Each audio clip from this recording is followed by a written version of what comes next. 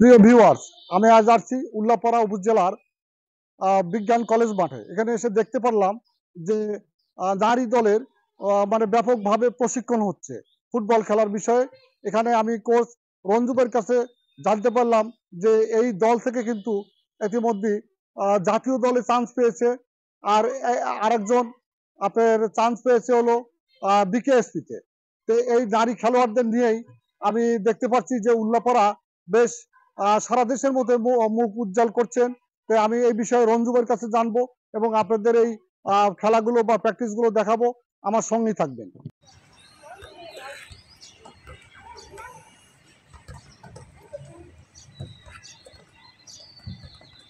তোমরা ওই রকম একটু ওরা হলো দুনিয়ার, তোমরা এই যে শুরু করছো একেবারে সবার আগে ছিল।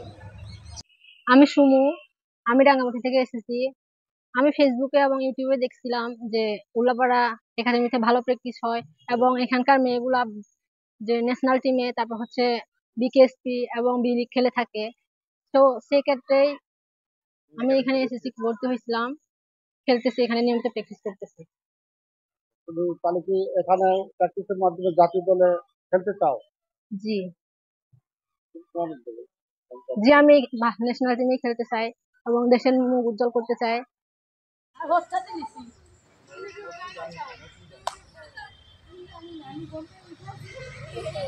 আমার নাম মোসাম্মদ আইরিন খাতুন। উল্লাপাড়া গার্লস স্পোর্টিং ক্লাবে আমি একজন নিয়মিত প্লেয়ার।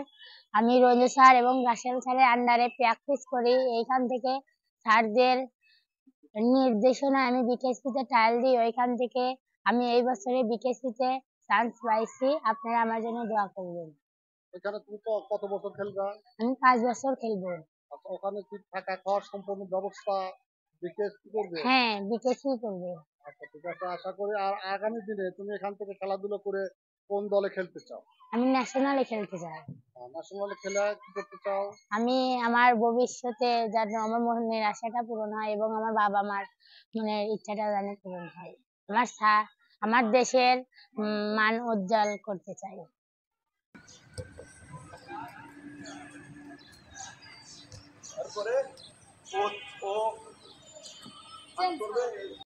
আমার নাম মোসাম্মদ মৌসুমী খাতুন। আমি উল্লাপাড়া স্পোর্টিং ক্লাবে প্র্যাকটিস করি। তো আমি কিছুদিন আগে রাজশাহী বিভাগ হয়ে খেলতে গেছিলাম ঢাকাতে। আমি হ্যাট্রিক করেছি। তো এখন এই জায়গাতে আমি প্র্যাকটিস করি, অনেক ডেভেলপ হচ্ছে আমার।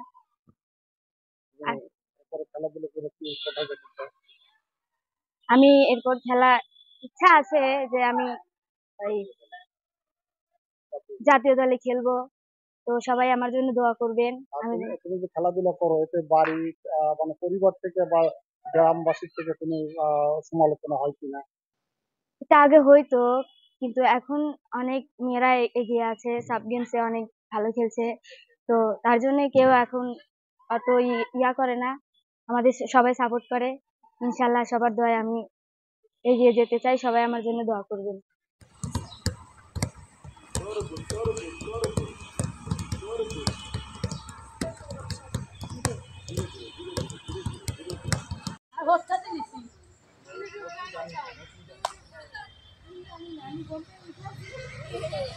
আমি মোহাম্মদ রেজাউল ইসলাম রঞ্জু। জোরে বলবো, লাউডলি।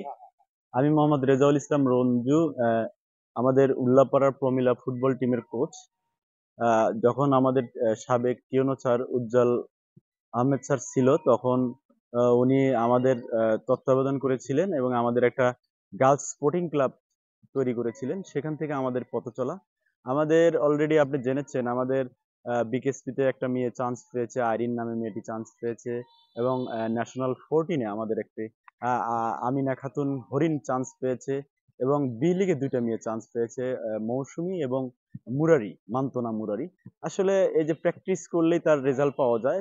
অলরেডি আপনারা জেনেছেন আমাদের মেয়েগুলি ভালো করছে এবং দূর দূরান্ত থেকে অনেক প্রমিলা প্লেয়ার কিন্তু এখানে আসছে এবং প্র্যাকটিস করছে। অলরেডি রাঙ্গামাটি থেকে একটা মেয়ে এসেছে, সে হচ্ছে সুমু, সে আমাদের সাথে প্র্যাকটিস করছে।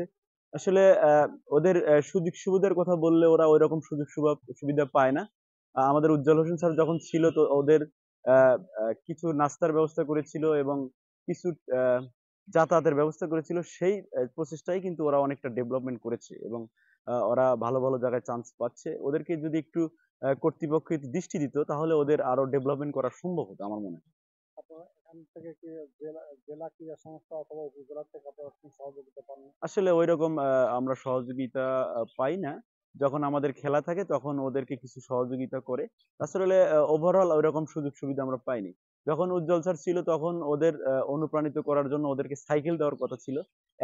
এখনো ওরা সাইকেল গুলি পায়নি।